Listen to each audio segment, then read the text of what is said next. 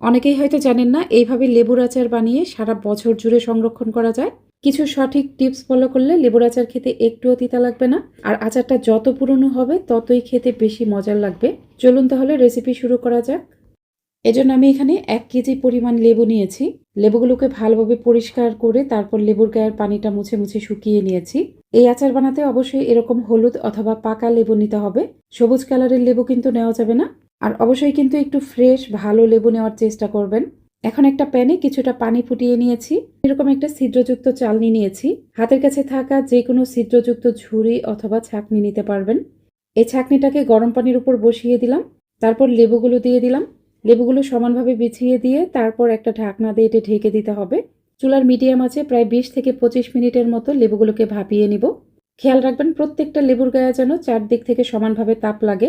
তো লেবুগুলো ভাপ হতে থাক, এই ফাঁকে চলুন আমরা আচারের জন্য একটা মশলা তৈরি করি। তো আচার বানানোর জন্য আমি এরকম একটা চায়ের চামচ দিয়ে ৪ চা চামচ নিয়ে নিলাম ৫ ফোড়ন। তারপর হাফ চা চামচ নিয়ে নিলাম সাদা অথবা কালো গোলমরিচ। তারপর দিলাম ২টা লবঙ্গ। এখন এই মশলাগুলোকে চুলার কিছুটা কম আঁচে ভালোভাবে টেলে নিতে হবে। কিছুক্ষণ টেলে নেওয়ার পর দেখবেন মশলার কালার অনেকটা চেঞ্জ হয়ে যাবে আর মশলা থেকে খুব সুন্দর একটা সুঘ্রাণ পাওয়া যাবে। ঠিক এই পর্যায়ে বুঝতে হবে মশলাগুলো পারফেক্টভাবে ভাজা হয়ে গেছে। এখন চুলা বন্ধ করে তারপর এগুলো নামিয়ে ঠান্ডা করে ব্লেন্ডারে আধ ভাঙা করে নিতে হবে। এদিকে প্রায় ২০ থেকে ২৫ মিনিট পর দেখুন লেবুগুলো কিন্তু পারফেক্টভাবে ভাপিয়ে নেওয়া হয়ে গেছে। দেখুন প্রত্যেকটা লেবু অনেকটা নরম হয়ে গেছে। এখন এটা নামিয়ে ফেলবো। ঠান্ডা হয়ে যাওয়ার পর একটা নাইফের সাহায্যে প্রত্যেকটা লেবু কেটে নিতে হবে। দেখুন আমি লেবুগুলোকে কিভাবে কাটছি। আপনার পছন্দ মতো যে কোনোভাবে কিন্তু এগুলো কেটে নিতে পারবেন। এই লেবুর গায়ে কিন্তু তেমন একটা বিচি ছিল না। এখানে বিচি থাকলে অবশ্যই বিচির অংশটা ফেলে দিতে হবে। সবগুলো লেবুই কিন্তু কেটে নেওয়া হয়ে গেছে। এখন চলুন আচার বানাতে চলে যাই। আচার বানানোর জন্য আমি এখানে মেজারমেন্ট কাপের ৪ কাপ অথবা ৮০০ গ্রাম পরিমাণ চিনি নিয়ে নিলাম।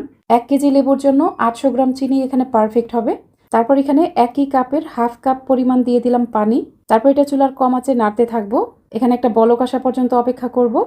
ভালোভাবে একটা বলক চলে আসার পর আরও ১ মিনিটের মতো এটা একটু জাল করে নিব।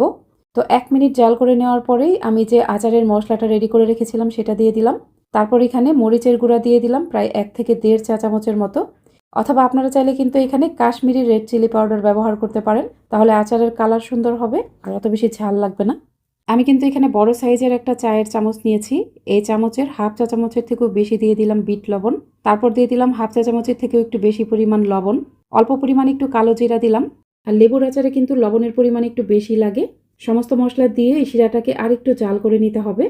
তো এই শিরাটাকে আমি ততক্ষণ জাল করব যতক্ষণ পর্যন্ত এখানে হালকা একটা আঠালো ভাব না আসে। যদি দেখেন হালকা হালকা একটা আঠালো ভাব আসছে, খুব বেশি আঠালো হবে না, মানে ২ হাতে শিরাটা নিলে একটু চটচটে হবে, এরকম আঠালো করে নিতে হবে। তো যখন এখানে হালকা একটা আঠালো ভাব চলে আসবে তখনই লেবু দিতে হবে। খেয়াল রাখবেন শিরাটা যেন খুব বেশি আঠালো না হয়, কারণ শিরার মাঝে লেবু দেওয়ার পর আমরা এটা খুব বেশিক্ষণ জাল করব না। খুব বেশিক্ষণ জাল করলে কিন্তু আচার তিতা হয়ে যাবে। লেবু দেওয়ার পর চুলার কম আছে এটা প্রায় ২ থেকে ৩ মিনিটের মতো জাল করতে হবে। তারপরে কিন্তু চুলা বন্ধ করে দিবেন। আর লেবুর আচার বানানোর ক্ষেত্রে একটা গুরুত্বপূর্ণ টিপস হলো লেবুর আচার কখনোই লোহা অথবা দস্তার কড়াইয়ে বানাবেন না। যে কোনো স্টিল অথবা ননস্টিকের প্যানে কিন্তু এটা বানানোর চেষ্টা করবেন। তো খুব বেশি জাল করলে কিন্তু আচারটা তিতা লাগবে। তাই অবশ্যই এটা অল্প আছে ২ থেকে ৩ মিনিটের মতো জাল করেই নামিয়ে ফেলবেন। আর লেবুগুলো কিন্তু আগে থেকেই সেদ্ধ করা আছে। তাই এটা কম আছে ২ থেকে ৩ মিনিটের মতো জাল করেই চুলা বন্ধ করে দিব। ২ থেকে ৩ মিনিট জাল করে নেওয়ার পরেই আমি চুলা বন্ধ করে দিয়েছিলাম। আচার কিছুটা ঠান্ডা হয়ে যাওয়ার পর কিন্তু আস্তে আস্তে এটা অনেকটা আঠালো হয়ে যাবে।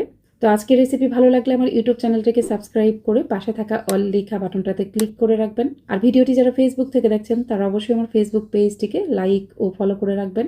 তো আচার পুরোপুরি ঠান্ডা হয়ে যাওয়ার পর এর ঘনত্বটা ঠিক এরকম হবে।